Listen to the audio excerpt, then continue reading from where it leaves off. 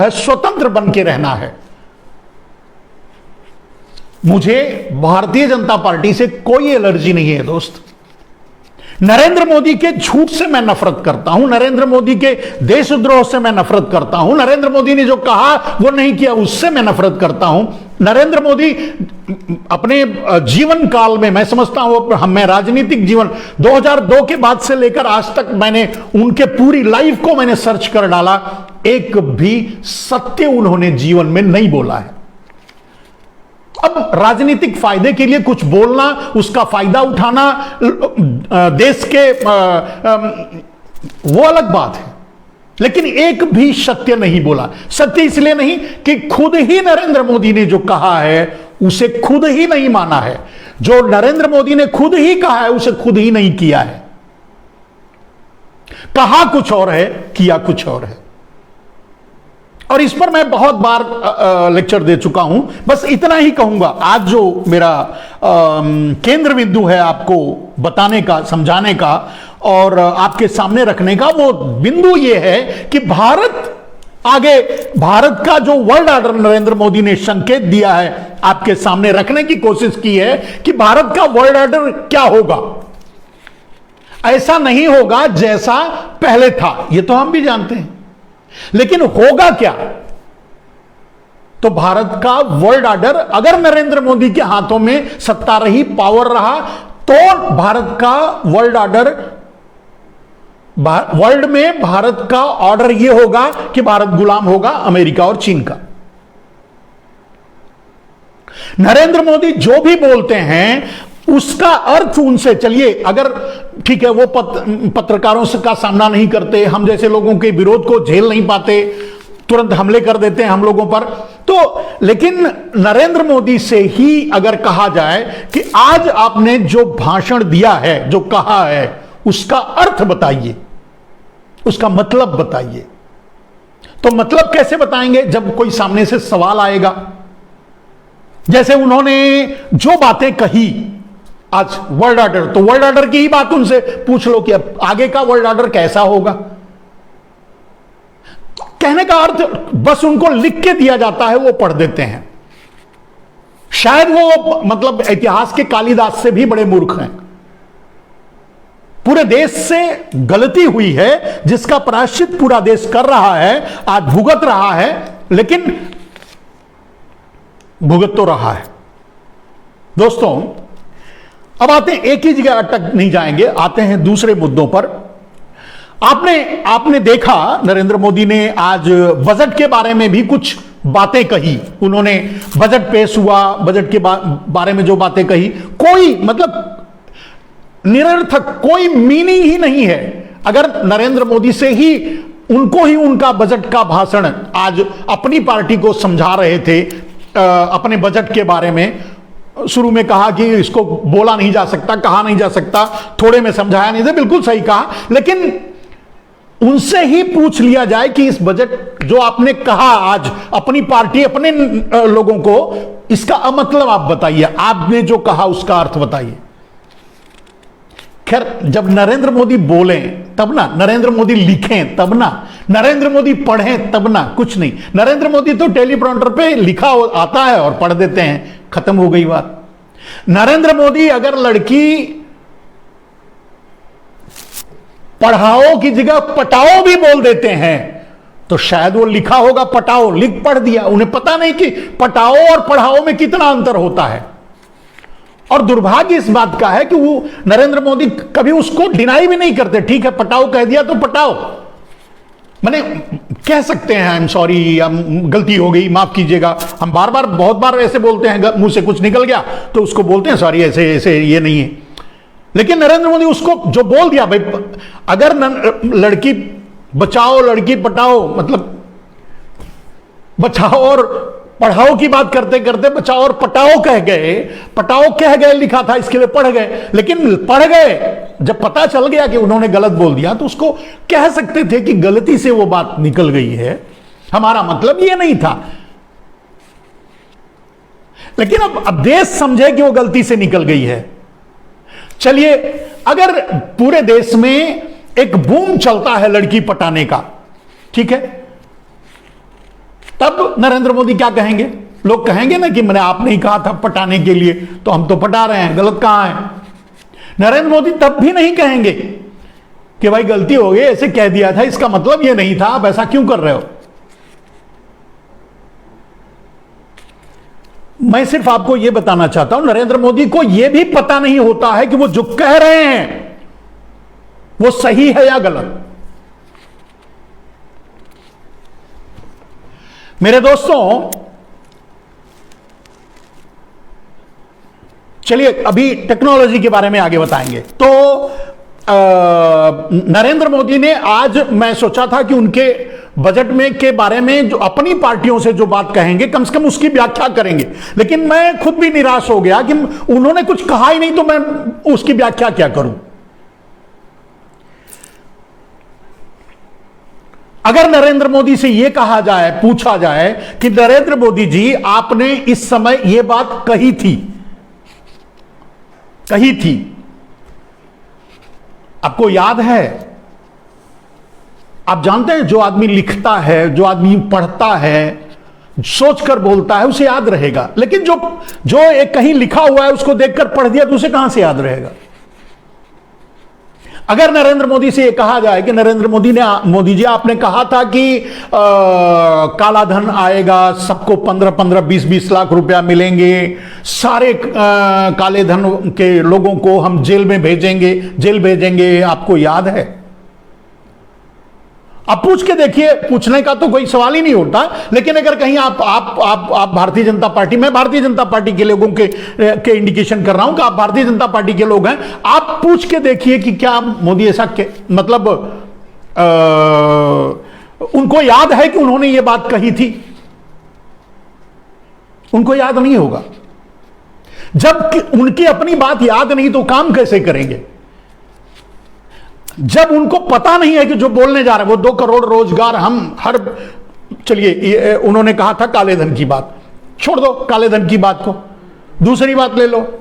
उन्होंने कहा कि 2 करोड़ रोजगार हम हर साल देंगे, 7 साल हो गया, 14 करोड़ लोगों को रोजगार मिलना चाहिए, 14 करोड़ लोगों का रोजगार चला गया, मिलने की तो छोड़ दीजिए, 14 करोड़ लोगों का रोजगार चला गया, यानी जस्ट उल्टा। अब अगर नरेंद्र मोदी से पूछ लिया जाए कि भाई आपने कहा था कि लोगों को 2 करोड़ रोजगार देंगे हर साल, नरेंद्र मोदी बल्कि बिल्कुल न्यूड हो जाएंगे। नरेंद्र मोदी को भी पता नहीं, एक्चुअली ही इज द क्या कहते हैं, मतलब वो रियल कालिदास है, उनको सचमुच कुछ पता नहीं है। सच में मैं आज तक नरेंद्र मोदी का विरोध इंटेलेक्चुअल, मतलब उन्हें बुद्धिमान समझकर करता था, लेकिन मैं आज नरेंद्र मोदी का विरोध नहीं कर रहा हूं, मैं खुद भी मैं चाहता हूं कि नरेंद्र मोदी बच जाएं इन सब षड्यंत्रों से, तो ज्यादा अच्छा है। अब मुझे नरेंद्र मोदी से कोई शिकायत नहीं है, और शिकायत इसलिए नहीं है कि अब एक मूर्ख बालक को आप ला करके उससे कुछ भी बुलवाओगे तो अब हम उस बालक को क्या कहें? हमको तो, अगर हम इंटेलेक्चुअल हैं, अगर समझदार हैं, तो हम उसके पीछे जो षड्यंत्र कर रहा है उसको पकड़ें, उससे पूछें। इसीलिए हमारा फोकस अभी जो है हर बातों में अडानी अंबानी पर शिफ्ट हो गया। मैं जैसे नरेंद्र मोदी 47 साल पीछे ढकेलवा दिए, मतलब नीता अंबानी ने लिखा होगा या अडानी ने लिखा होगा या अंबानी बंधु ने लिखा होगा कि भाई अब कह दो कि 47 साल बाद, यानी 2047 में जब 100 साल हो जाएगा पूरा, तब विकास उकास और भारत के बारे में आप लोग पूछना मुझसे, तब तक मत पूछो। अब ऐसा लिख कर दे दिया, नरेंद्र मोदी पढ़ दिए। तो ऐसे एक अज्ञान और अविवेकशील और ऐसे बालक से अब हम क्या, उसका विरोध क्या करें? नरेंद्र मोदी आज भी एक चाय बेचने वाली मानसिकता से बाहर तक नहीं निकले। नरेंद्र मोदी आज भी वो 7 फेल, 4 साल के 7 साल 10 साल जो भी था उनका, जब वो चाय बेचते थे, उस मानसिकता से बाहर नरेंद्र मोदी, उसके बाद मुख्यमंत्री की मानसिकता से बाहर नहीं निकले। अभी तो वो अपने आप को खुद, हम तो छोड़ दीजिए, हम उनके गलत कामों को आपके सामने लाते हैं। नरेंद्र मोदी से पूछिए, क्या नरेंद्र मोदी को पता है कि वो क्या कर रहे हैं? तो दोस्तों इसी तरह से दूसरी बात पर हम चलते हैं। नरेंद्र मोदी ने भ्रष्टाचार की बात की थी, मतलब बेरोजगारी की बात मैंने कहा कि बेरोजगारी के बारे में उन्हें क्या पता। उन्हें नरेंद्र मोदी से पूछा जाए कि नरेंद्र मोदी रोजगार कहां से मिलेगा लोगों को। जब जब जब वो पतंजलि में या फिर और ऐसी जगह पे या तालकोटरा कहीं भी जब बैठकें होती थी, मीटिंगें होती थी, तो उनके सामने जो रोजगार के डायग्राम्स रखे जाते थे, विजन रखा जाता था, वो अलग होता था। नरेंद्र मोदी तो भूल गए, उनको पता ही नहीं है भाई। उस समय हम ये नहीं समझ रहे थे कि ये अभी भी वो चौथी फेल नादान बच्चा है। मानसिक रूप से विकास नहीं हुआ है इस आदमी का, हमें पता नहीं था। आज वही हो रहा है। रोजगार की बात, 2 करोड़ रोजगार लिखा था, पढ़ दिया। अब 2 करोड़ रोजगार कहां से देंगे? चलिए अगर उनसे बिठाकर यह पूछा जाए कि नरेंद्र मोदी ने आपने कहा था कि 2 करोड़ रोजगार हर साल देंगे, आप ये बताओ उस समय जब कहा था तो आपके दिमाग में कौन सी बात थी, क्या काम करते, कौन सी योजना थी, कौन सी प्लानिंग थी जिसके जरिए आप 2 करोड़ रोजगार देते? चलिए उस समय क्या सोचा था वो बता दो। आज नहीं कर पाए वो छोड़ दीजिए, हम आपको माफ करते हैं, लेकिन यह बता दीजिए कि उस समय आपने क्या क्या प्लानिंग की थी कि कैसे आप 2 करोड़ रोजगार दोगे। नहीं बता पाएंगे नरेंद्र मोदी, क्योंकि वो तो किसी का लिखा पढ़े थे, कोई कहा कह दिए। अब इस बात को आप समझिए मेरे दोस्त, नरेंद्र मोदी को एक बच्चा समझ करके, माफ करके, एक विक्षिप्त बच्चा समझ करके, माफ करके, उनसे आगे आपको बढ़ना होगा। देश को बचाने के लिए उनसे आगे आपको बढ़ना होगा। अब कुछ मूर्ख हैं जो उनके पीछे अभी भी बैठना चाहते हैं, उनकी कुर्सी ना चले जाए इस डर से, तो उनके लिए हम कुछ नहीं कह सकते, लेकिन इससे आगे बढ़ना होगा। और यही बात मैं योगी आदित्यनाथ जी से भी डायरेक्टली इनडायरेक्टली निवेदन कर रहा हूं कि आपको मोदी से आगे निकलकर सोचना होगा अगर देश को बचाने के बारे में सोचना है। आज उत्तर प्रदेश में मुख्यमंत्री की कुर्सी बचानी है, फिर से मुख्यमंत्री फिर से बनना भूल जाओ। तो इन सब से आगे ऊपर उठ करके देश के हित के बारे में सोचना शुरू करें अगर योगी आदित्यनाथ जी, तो बेहतर होगा। नरेंद्र मोदी ने कहा था भ्रष्टाचार। अब नरेंद्र मोदी, भ्रष्टाचार उस समय उनकी परिभाषा क्या थी मुझे नहीं मालूम, लेकिन उन्होंने जो इस बीच में इस अपने 7 साल में जो कार्य किया है, भ्रष्टाचार को अगर 2 शब्दों में मैं कहूं तो नरेंद्र मोदी आने के बाद भ्रष्टाचार का राष्ट्रीयकरण हुआ है। भारत के सारे संस्थाओं को तो उन्होंने बेच दिया, भ्रष्टाचार, और सबका प्राइवेटाइजेशन कर रहे हैं नरेंद्र मोदी, सबका प्राइवेटाइजेशन कर रहे हैं। कुछ भी जो भी है उठा के बेच दो, लीज पे दे दो, माने प्राइवेट कर दो, प्राइवेटाइजेशन। लेकिन एक ही विधा है जिसका नरेंद्र मोदी प्राइवेटाइजेशन नहीं कर रहे हैं, वो है भ्रष्टाचार। भ्रष्टाचार का नरेंद्र मोदी ने राष्ट्रीयकरण किया। कैसे? आप समझिए, एक छोटा सा उदाहरण दूंगा, आप समझ जाएंगे कि नरेंद्र मोदी को मैं ये क्यों कह रहा हूं कि नरेंद्र मोदी आने के बाद भ्रष्टाचार का राष्ट्रीयकरण किया। जैसे गांव में किसी के पास, जैसे कोई देश परदेश है तो उसका वो होता था, एक एग्जांपल दे रहा हूं, ऐसे सारे चीजों को आप उसके पीछे देख सकते हैं। ऐसी ही मानसिकता रही है नरेंद्र मोदी की। तो राशन कार्ड हुआ करता था, गांव में राशन कार्ड है, उनका पूरा परिवार शहर में आ गया, अब वो गांव में राशन कार्ड है, तो गांव के ही किसी गरीब को राशन कार्ड दे दिया, भैया कि जो भी राशन वाशन आएगा आप ले लेना, जीना खाना। ठीक है। कुछ लोगों के पास जो गरीब थे या जैसे भी थे, कुछ लोगों के पास एक से ज्यादा राशन कार्ड थे, डुप्लीकेट राशन कार्ड थे, 2 थे, 3 थे। अपने ही परिवार में हर आदमी, 1-2-3 लोग हैं तो एक आदमी के नाम से एक राशन कार्ड था, बेटे के नाम से अलग, अपने नाम से अलग, बीबी के नाम से अलग वगैरह, ऐसा था। उससे क्या होता था कि जब कुछ लेते थे सामान, मान लीजिए, और कुछ ऐसे भी, जैसे एक गांव है, एक गांव में अगर 50 परिवार रहता है तो 50 परिवार को उस राशन कार्ड की जरूरत नहीं होती। वो राशन कार्ड का से मिलने वाला अनाज या तेल या जो भी मिलता था उसका उपयोग नहीं करता था। तो क्या करता था, किसी गरीब को दे देता था। एक बात ध्यान दीजिए, मैं गांव का रहने वाला हूं और मैं अच्छी तरह जानता हूं, कोई उससे कुछ लेकर नहीं देता था, कोई कमीशन नहीं खाता था, दे देता था। तो वो गरीब जो है उससे 2-3 राशन कार्ड लेकर के उससे जो अनाज या जो भी मिलता था वो लेता था, कुछ खाता था,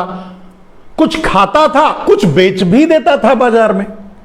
अब जैसे मान लीजिए कि अगर उससे दाल मिला, चावल में जो भी मिल गया, उससे उसकी जरूरत है तो पूरा किया, थोड़ा बहुत मिला तो उसको बेच लिया। तो जैसे मान लीजिए नमक खरीदना हुआ, तेल खरीदना हुआ, मसाला खरीदना, तो उससे वो कर लेता था।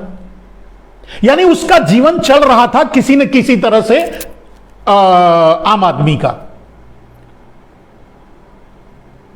यह बहुत बड़ा भ्रष्टाचार था मोदी की निगाह में, और इसी भ्रष्टाचार की बात करते थे नरेंद्र मोदी, और इसी भ्रष्टाचार को उन्होंने मिटाया है।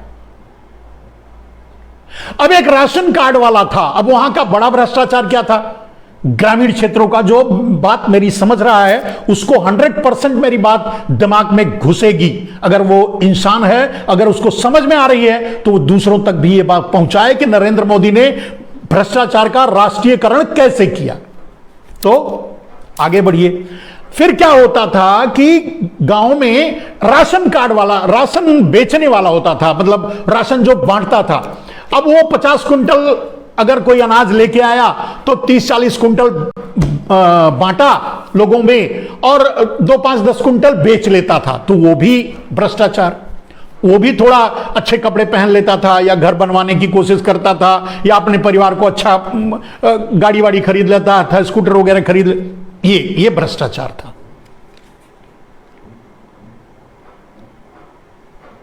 इसी को मतलब अब ये जो गांव में, छोटे छोटे गांव में लोग एक दूसरे से जुड़े हुए थे, किसी न किसी तरह से कमा करके अपनी जीविका चलाते थे। छोटे लोग भी उसमें एडजस्ट हो जाते थे, बड़े लोग भी थोड़ा बहुत कमा लेते थे। ये जो चल रहा था ये बहुत बड़ा भ्रष्टाचार था, जिसको नरेंद्र मोदी ने खत्म कर दिया। तो नरेंद्र मोदी ने किया क्या,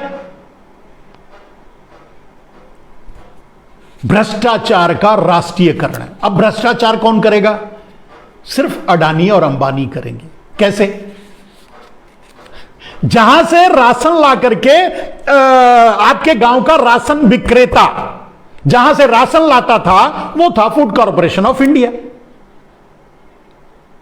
आपका राशन विक्रेता आपके गांव का लोगों को थोड़ा थोड़ा अनाज देता था, कुछ उसमें से बेच भी लेता था, और जो डुप्लीकेट राशन कार्ड या एक दूसरे का मांग के राशन कार्ड, या जो गांव में नहीं रहते थे उनके राशन कार्ड का प्रयोग करके थोड़ा बहुत अनाज रख लेता था, खाता था, थोड़ा बेच लेता था नून तेल के लिए। वो भ्रष्टाचार।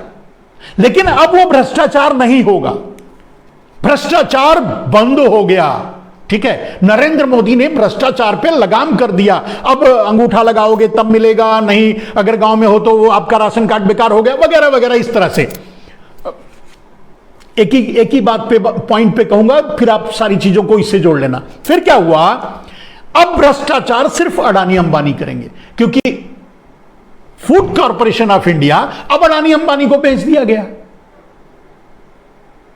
समझ गए, भ्रष्टाचार का इसे राष्ट्रीयकरण कहते हैं। नरेंद्र मोदी ने एक विधा मैंने बताई, एक जगह मैंने बताई, एक एग्जाम्पल मैंने आपको सेट करके बताया। इसी तरह का भ्रष्टाचार नरेंद्र मोदी, मतलब 10 रुपए के भ्रष्टाचार को नरेंद्र मोदी भ्रष्टाचार कहते थे, उसको बंद कर दिया। मैं भी मानता हूं। चलिए, लोग गैस खरीदते थे, अब गैस की बात कर लो, भ्रष्टाचार नरेंद्र मोदी ने बंद कर दिया। नरेंद्र मोदी ने पिछवाड़ा ही काट लिया सबका, बंद क्या कर दिया।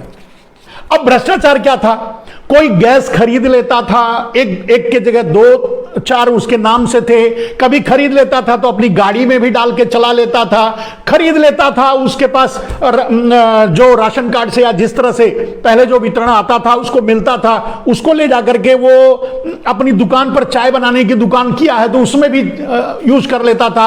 अब वो नहीं कर पाएगा, अब वो नहीं कर पाएगा, वो भ्रष्टाचार बंद हो गया, ठीक है। लेकिन भ्रष्टाचार का राष्ट्रीयकरण क्या हुआ गैस का? अब आपको 1000 वो फिर से जुड़ गया। खैर, ये मेरे साथ अक्सर होता है, मेरी बातें बड़े मतलब नरेंद्र मोदी को पसंद नहीं आती, क्योंकि जो मैं बातें बोलता हूं वो बड़ी कड़वी होती है और 100% ट्रूथ होती है, सत्य होती है। सच सबसे थोड़ा पचता नहीं है, बड़ा डाइजेशन खराब हो जाता है। तो चलिए, फिर से लाइव करेक्ट हो गया है, डिस्टर्ब हुआ लेकिन अब करेक्ट हो गया है। तो दोस्तों, हम आगे बढ़ते हैं। कहने का मतलब, अभी आपको मैंने जो उदाहरण देकर बताया कि नरेंद्र मोदी ने भ्रष्टाचार, जिस भ्रष्टाचार से आम जनजीवन में थोड़ा बहुत पैसे पहुंचते थे उसको तो रोक दिया, लेकिन दूसरी तरफ अडानी अंबानी को पूरा लूटने का लाइसेंस दे दिया। तो आप समझ सकते हैं, मैंने पहले ही कह दिया कि नरेंद्र मोदी तो नादान बच्चे की तरह हैं, उनका इस्तेमाल किया जा रहा है। अडानी अंबानी जैसे लोग, बड़े पूंजीपति, दुनिया के पूंजीपति मिलकर के नरेंद्र मोदी का इस्तेमाल कर रहे हैं।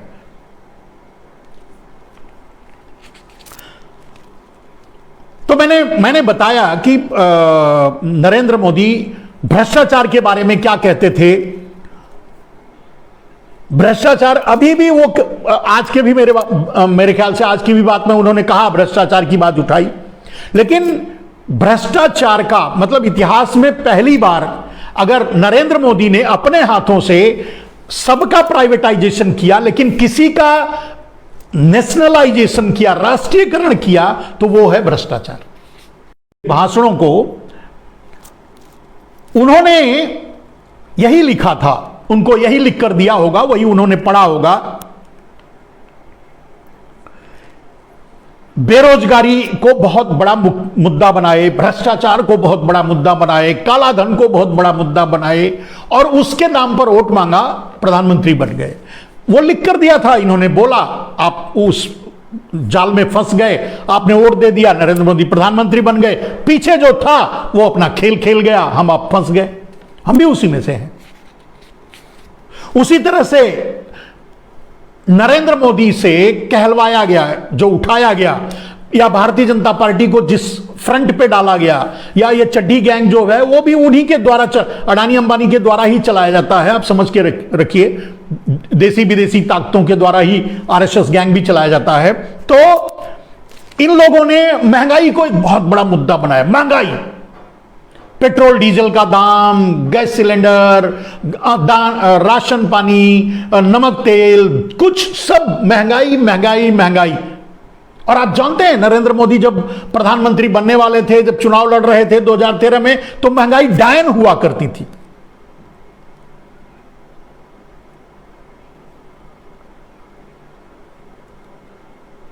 उस समय तो वो महंगाई डायन थी। वैसे मैं ये नहीं कह सकता कि अब वो नरेंद्र मोदी की बीबी बन चुकी है, क्योंकि वो तो अपना ही छोड़ के भाग गए हैं। अब ये तो जरूर कह सकता हूं कि अब महंगाई जो है डायन नहीं, अब नरेंद्र मोदी की भाभी बन चुकी है। अब जिसको भी मानते हो, चाहे वो नीता अंबानी हो, चाहे कोई और हो, मतलब नरेंद्र मोदी के लिए अब महंगाई जो है, पहले डायन हुआ करती थी, वो अब भाभी बन गई है। पत्नी नहीं कहना चाहता मैं, किसी के व्यक्तिगत कमेंट क्यों करूं। तो यह महंगाई का हाल था। महंगाई पर हाय महंगाई, हाय महंगाई, इतना हाय तौबा मचाया। सिलेंडर लेकर के स्मृति ईरानी घूमा करती थी। हमारे रक्षा मंत्री आज हैं, जो राजनाथ सिंह को देखा घूमा करते थे। आज हमारे राष्ट्रपति हैं, उपराष्ट्रपति शायद, वो वेंकैया नायडू, वो भी लेकर के घूमा करते थे। ये लोग सिलेंडर लेकर घूमा करते थे, आलू प्याज पहनकर घूमा करते थे। बैलगाड़ी से आया करते थे। पेट्रोल का 1 रुपया 2 रुपया दाम बढ़ जाने पर पेट्रोल का दाम 100 रुपया पहुंच गया, कोई बैलगाड़ी से नहीं निकला, कोई जो है आलू प्याज पहनकर नहीं घूमा, 100 सब कुछ सेंचुरी पार कर गया। सेब से भी महंगा टमाटर खरीदना पड़ा, गाजर खरीदना पड़ा। गाजर तो अभी भी 130 रुपया बिक रहा है, सेब से भी महंगा।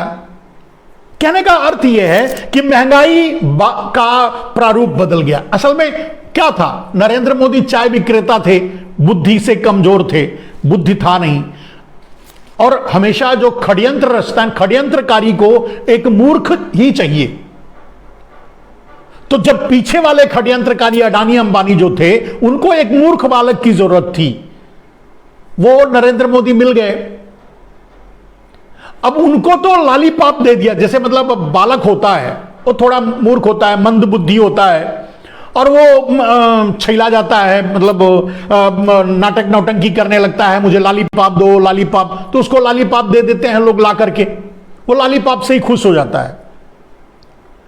तो नरेंद्र मोदी के लिए लॉलीपॉप था प्रधानमंत्री की कुर्सी। वो तो यही ड्रीम में मरे जा रहे होंगे, या सोच सोच करके कि मैं प्रधानमंत्री बन जाऊंगा, बीएमडब्ल्यू में घूमूंगा, 8,500 करोड़ का की हवाई जहाज खरीदकर उसमें घूमूंगा, 20-22 हजार करोड़ का सेंट्रल विस्टा बनाकर उसमें रहूंगा।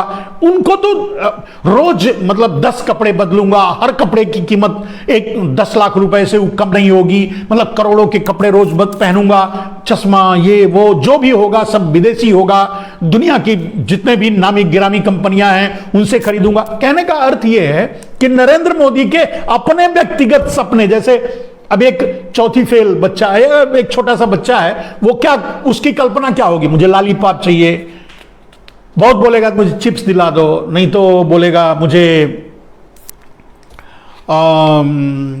क्या बोलते हैं केक दिला दो, नहीं तो पेस्ट्री दिला दो, नहीं तो बिस्किट दिला दो, ऐसा ही कुछ मांगेगा ना, इससे ज्यादा क्या मांगेगा। वैसे नरेंद्र मोदी ऐसे ये सब ये चाहिए ये चाहिए ये चाहिए, उनको ये चाहिए था, वो उनको मिल गया, दिला दिए।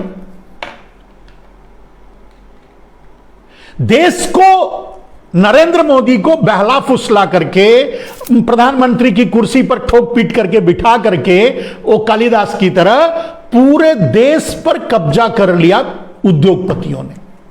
तो आज अगर हम गुस्सा करें नरेंद्र मोदी पर तो कोई मतलब नहीं है। अब नरेंद्र मोदी से देश को बचाना, अगर एक पागल बालक, एक अगर मूर्ख बालक के हाथ में गलती से आपने कुछ दे दिया, अब वो मुट्ठी, जैसे मान लीजिए मैं एक एग्जांपल देता हूं, चलिए मैं एक पेन की, ये पेन मेरे हाथ में, मैं अब एक पागल बालक है, मूर्ख बालक है, उसके हाथ में पेन दे दिया, वो छोड़ ही नहीं रहा है, आपको लिखने की जरूरत है।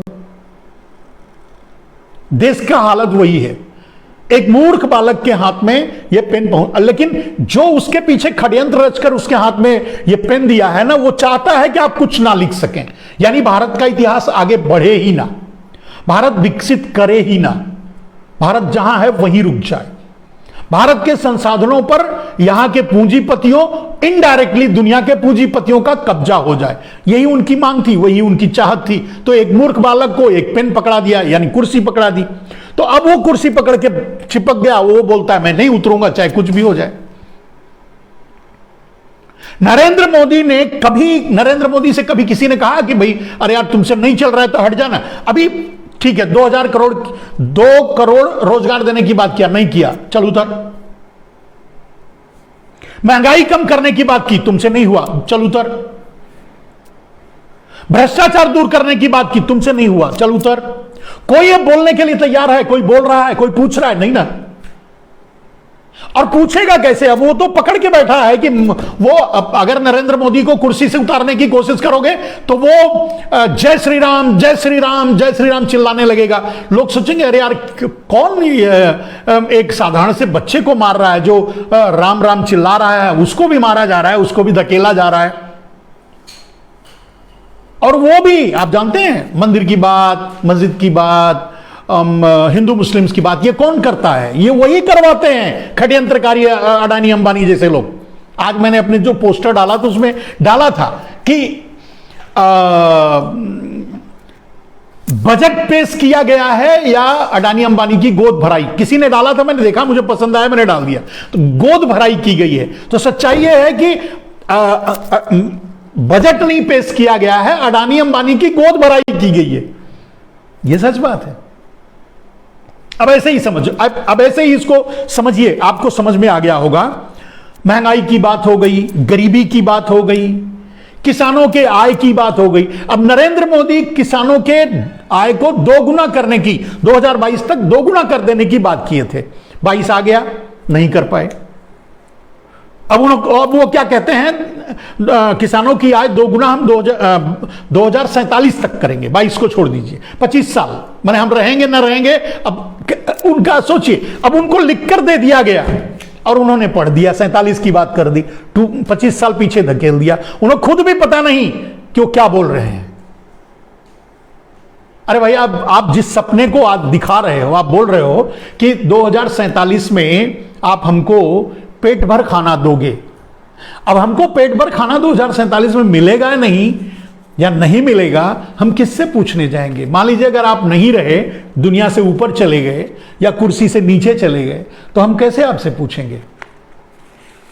जैसे अब हम इतने मूर्ख तो है नहीं कि आप अभी तक नेहरू को जिम्मेदार ठहराते हो। नेहरू से पूछो, नेहरू ने किया, नेहरू ने करने नहीं दिया, नेहरू ने ये, नेहरू ने वो। अब हम तो आपकी तरह मूर्ख है नहीं कि हम जब आप कुर्सी से उतर जाओगे तब भी पूछेंगे नरेंद्र मोदी ने ये किया, नरेंद्र मोदी, तब थोड़ी कहेंगे। तो जो सरकार रहेगी उससे पूछेंगे भैया अब आप क्या कर रहे हो। तो दोस्तों, अब और कुछ, जैसे किसानों की आय, अब किसानों की आय दोगुना करने का वादा नरेंद्र मोदी ने कर दिया। उस समय लिखा था प्रॉन्टर पे, टेलीप्रॉन्टर पे, पढ़ दिया, हो गया। लेकिन उनसे अगर उस समय भी पूछा जाता, या अगर मैं चैलेंज करता हूं, अगर मैं एज ए पत्रकार या जो भी समझ लो, आज मुझे एज ए स्वामी, जो भी मैं, अगर मुझे अवसर मिले नरेंद्र मोदी से सीधे सामने सवाल करने का, और मैं उनसे यही सवाल करूं कि अच्छा एक बात बताइए, आपने कहा था कि 2022 तक किसानों की आय दोगुनी हो जाएगी, तो आपके दिमाग में योजना क्या थी? जैसे बेरोजगारी के बारे में कहा, भ्रष्टाचार के बारे में कहा, सब उसी के तरह से यह भी कि आपके दिमाग में योजना क्या थी? तो वहां एकदम खाली नहीं मिलेगा, क्योंकि वहां तो दिमाग ही नहीं है। अब इससे पहले हम कहते थे भक्तों के पास दिमाग नहीं है। सच्चाई तो यह है कि भक्तों के भगवान के पास ही दिमाग नहीं है, यानी मोदी के पास ही दिमाग नहीं है।